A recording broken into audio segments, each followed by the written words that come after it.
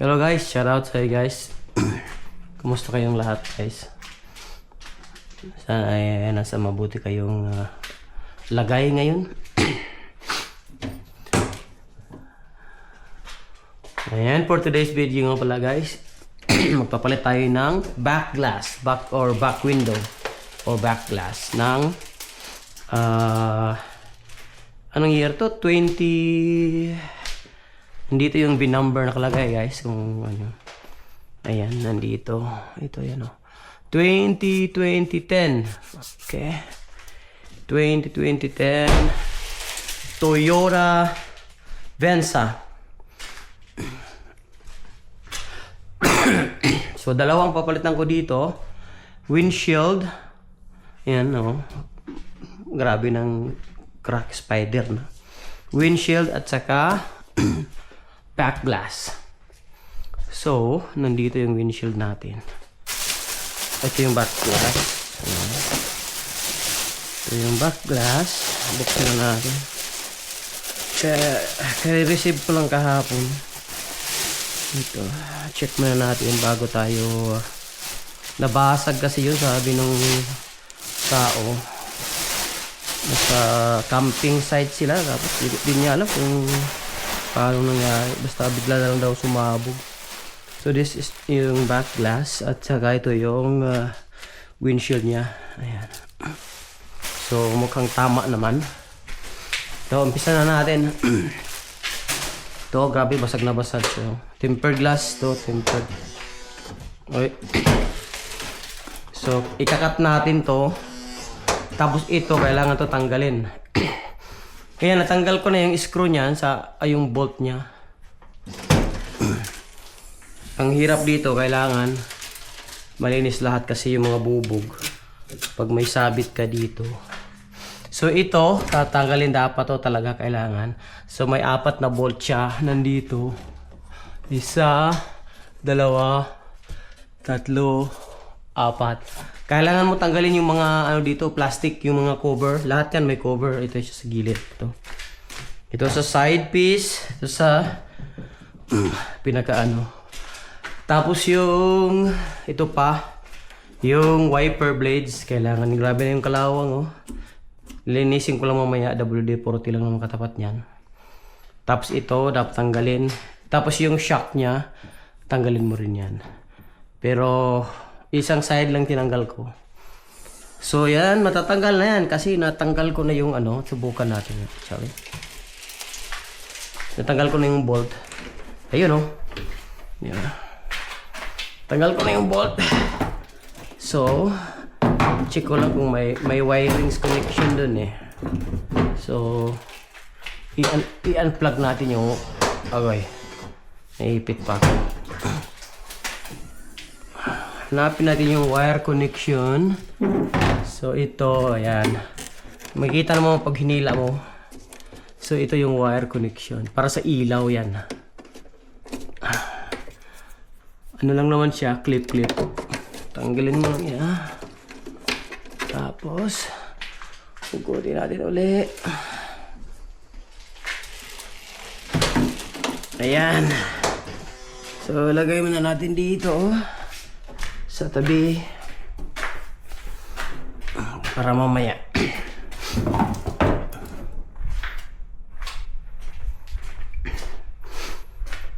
So ayan, tanggal na para maano ka dito oh.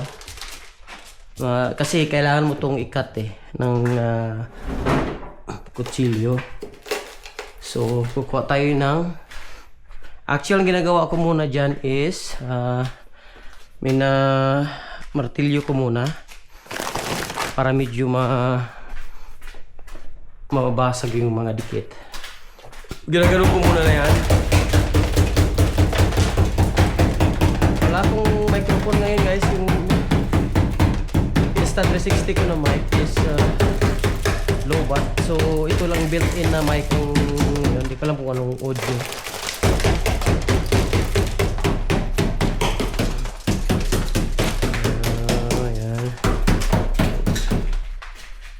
Parang ano yung glue ba? Ang tawag sa Tagalog? Matandog. Nubo ako guys, galing kami Kilona. Grabing ligo namin sa lake dun. Kaya na ano. So tempered glass siya. Tapos heated. Yan. So ngayon, kukutsilyuhin na natin yan. Ano yung kutsilyo natin na matalas. Ito. Kailangan mo lang yung bagong blade. Putulin mo lang. May mga groove kasi dito. Kung makita nyo sa 2-3. Ano mo lang siya. Itapat mo lang yung dulo dun sa may gitling. Tapos anuhin mo na, baliin mo na. So, ganito lang. Anong oras na? 10:30 na. Kailangan ko itong matapos. Kasi nasa lake sila. May-ari.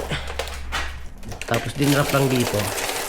So ganyan lang. Basta matalas yung blade mo ng kutsilyo mo. Ganyan lang yan. Dumi oh. Ganyan. So kailangan lang laging matalas para hindi ka man mahirapan din. So ito may clip siya dito. Pag original kasi OEM may mga ano siya sa buta. So ayan. Tanggalin mo lang yung luma na. Tapos ito, putulin mo dito kasi nangyayari na sa akin to dati. Nagka-scratch yung pintura. Kasi matalas yan kasi ano yan, di ba? Glass. So ayan, laging bago dapat.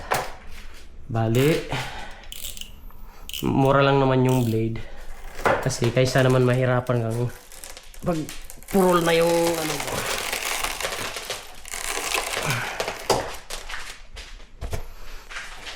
Kasi doble ingat lang to. Gawa ng gumawa kayo kasi ano to eh, matalas. Alam nyo na, glass. Pero pag nasanay ka na, katulad ko, sanay na ako sa ganito, hindi na ako natatakot sa mga ganitong bubog. Minsan nga kinakain ko na eh, pag gutom ako. De, joke lang. Ilang beses na rin akong ano, nasugatan. Hindi man maiwasan yun. Basta pag kayo gumawa, doble ingat lang. Kasi hindi rin biro masugatan eh. Ngayon babacuumin ko muna itong mga excess back kasi ano, yan ang papapurol ng blade mo eh pag pinamaan mo. So ano siya.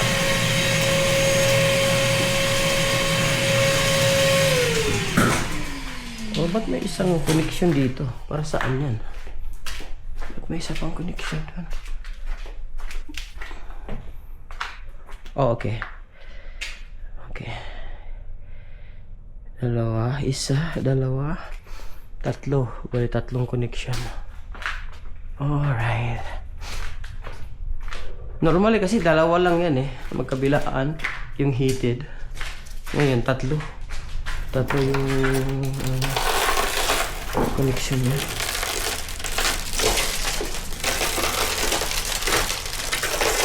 Ayan. Matalas yung kutsilyo natin kasi bago. Ayan, ganun lang.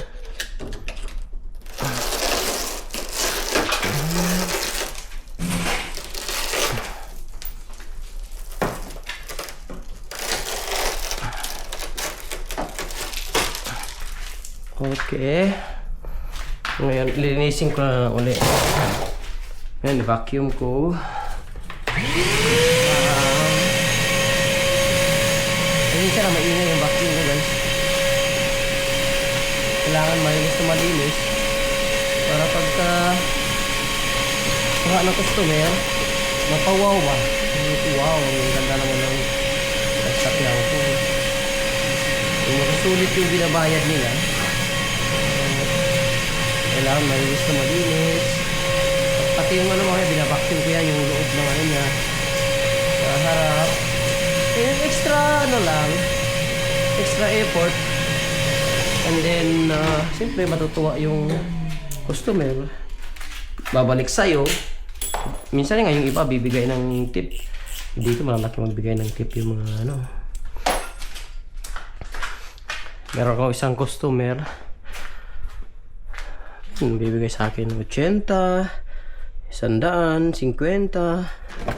So ito yung blade. Olfa knife blade. Ayan, palitan ko na yung blade ko kasi puro na. Kasi matutuwa sila. Hindi na sila may isip yung ginastos nila kasi importante yung quality ng gawa nandoon. Hindi sila manghinayang pagka ano.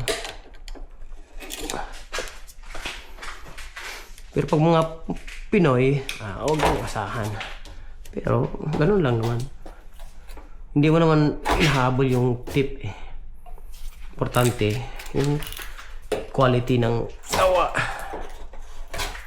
Yung ginagawa ko nga pala to is smooth ko yung mga, kasi hindi ko na ano kanina nung maayos gawa ng may glass pa, di ba?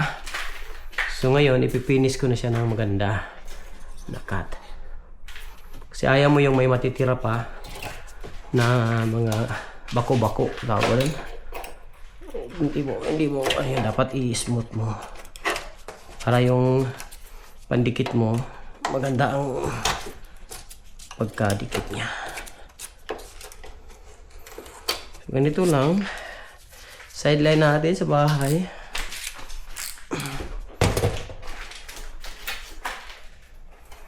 So, yeah.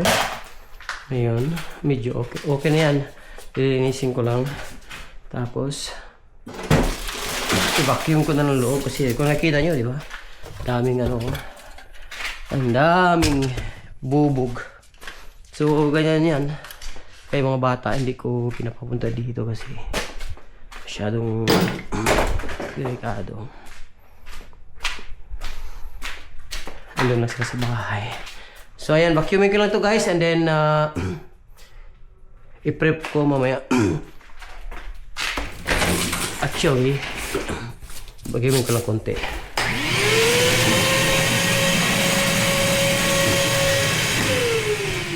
Ayan. Tapos kuha ko saan yung paper towel ko dito? Ay nawala. Wala. Ito na lang pamunas ang gamitin ko. So ganyan lang. Kung kayo man nagagawa ng mga ganito guys, make sure alam niyo yung ginagawa nyo. Siyempre kung nag-aaral pa lang kayo, maraming YouTube videos guys. Pwede kayong mag self-taught yung tawag doon. Pwede lang kayo mag-search sa YouTube. Yan, hanapin nyo kung anong gusto nyo. How to change, how to replace windshield, how to replace back window or door glass. Meron ka makikita, may mga video din ako doon na mga in-upload noon. Pwede yung mag-aral kayo sa sarili nyo. Madali lang naman. Basta meron kang yung dedication na matuto. Walang imposible. Kumbaga. So, or di kaya meron kayong tanong personal na ano, yung talagang gusto nyo matuto, pwede nyo akong mag-message kayo dun sa mag-comment kayo sa YouTube channel ko. Tapos may tanong ka doon. Pwede kitang one-on-one turuan. Free yun guys, free para sa inyo. O di kaya sa Facebook ko, pwede kayong mag-comment or mag-message sa messenger ko. gusto nyo matuto mag-tint, yan, tuturuan ko kayo magpalit ng mag-tint ng mga ano, lalo sa Pilipinas, uso ngayon ang tinting doon. Pwede ako magturo sa inyo ng how to tint dyan sa mga door glass. Share ko yung anong natutunan ko, guys. PM kayo. Boss, gusto ko matutong ganito, magpalit ng windshield, mag-tint or ano, message nyo lang ako. Ayan, magano tayo, turuan ko kayo. So ayan, ready na yan, guys. So ipiprep ko lang yung window. Ito yung back glass natin. So ipiprep ko lang to. So nandito yung wiper. Yan yung wiper blade niya dyan, yan. So, okay. Ipiprep ko lang to, tapos balik ako pag-install na.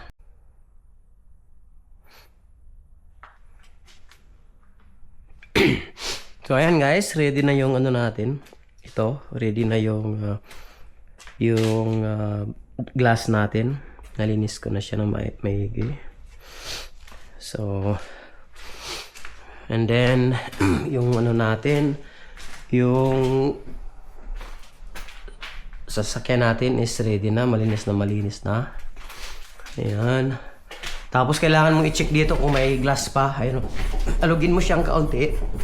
Ganyan. Pag marinig mo na may mga bubog pa, nandito lang yan, oh.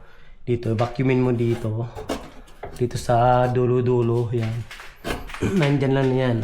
So kailangan bago mo ikabit yung glass, i-check mo, make sure mo muna na walang mga glass dyan kasi ayaw mo yung mag-ano mamaya maingay. So yan, ready na yan. Ililinisin ko ng final cleaning.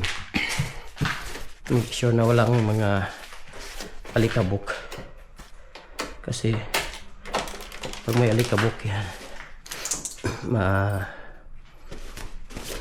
baka magka-problema yung pandikit natin. Yan, make sure double check lagi bago kayo gumawa. So ready na yung ano natin. Ito yung ating caulking gun, battery powered caulking gun.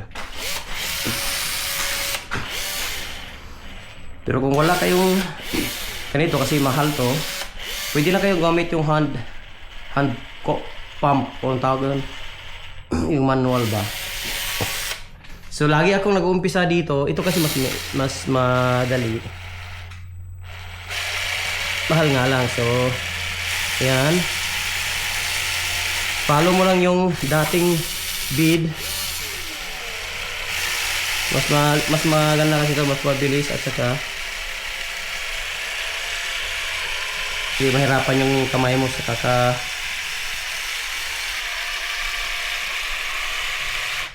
ayan. Lagi nyo unahin sa, kung kaya nyo sa gilid, kung maabot nyo, mas mainam kasi huwag kayong maglagawa ng joint sa gitna, sa ibabaw. Halimbawa, dyan, hanggat maaari huwag kayong mag-joint dyan kasi dyan mag-uumpisa yung leak. Kung mayroon kayong hindi maayos. So,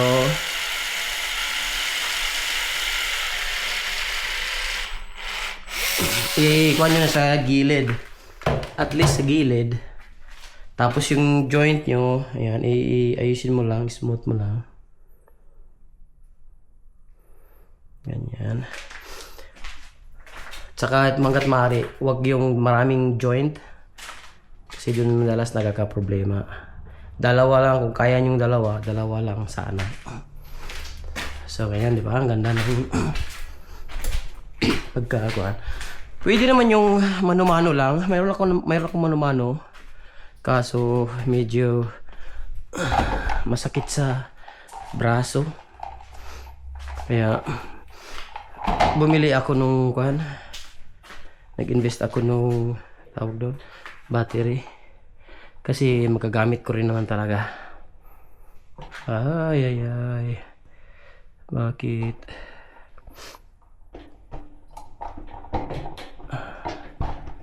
So, dito ko lang lagay yung suction cups ko dito.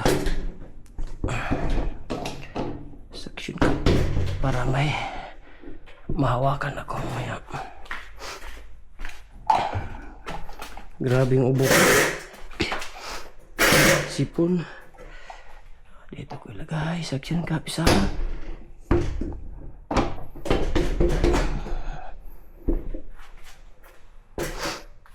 Okay. Dito naman isa. Iusog ko. Dito. Para mas maano yung pwesto yan.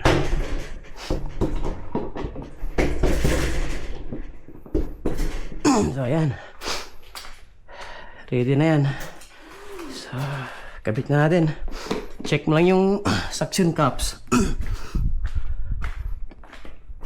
Tapos ito, may butas naman dito sa dito sa wiper. So itapat mo lang siya. Yan. Once na magitna na, i-check mo yung side to side. Parang yan. Yan, sigurado na sa gitna ka na yan kasi ito yung butas niya sa wiper. So, pag eksakto ka dyan, ibig sabihin, goods yung position mo.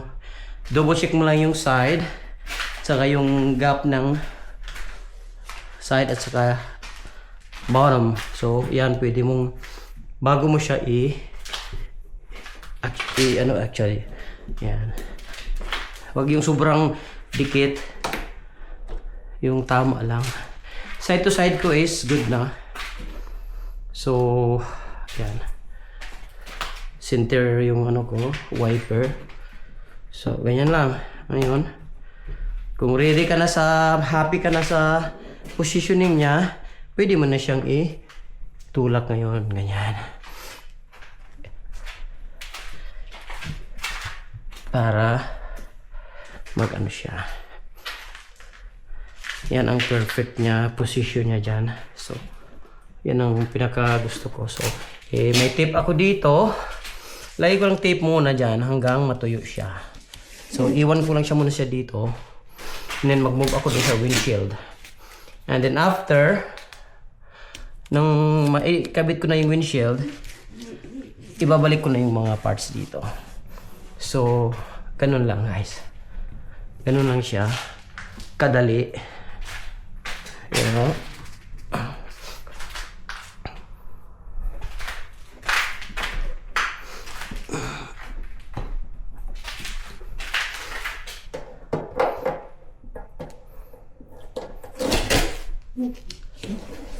Purpose ng tape para lang hindi mag-move.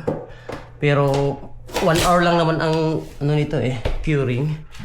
Yung drying time. So by 1 hour tutuyo na yan, okay na yan. Kaya nilagyan ko naman ng tape just in case na mag-move while gagawin ko yung windshield. 'Di ba? Ano lang siya, precaution lang siya para hindi for your own din. So, yan, ganun lang yung back window, guys. Babalik na lang natin yung patutuyuin ko muna siya. Tapos gagawin ko yung windshield. After nun, pag nakabit ko na, babalik ko na yung mga parts dito. Ito, yung mga cover. And then wiper. Tapos yun, lilinisin na lang. Okay guys, thank you so much guys. Windshield naman tayo.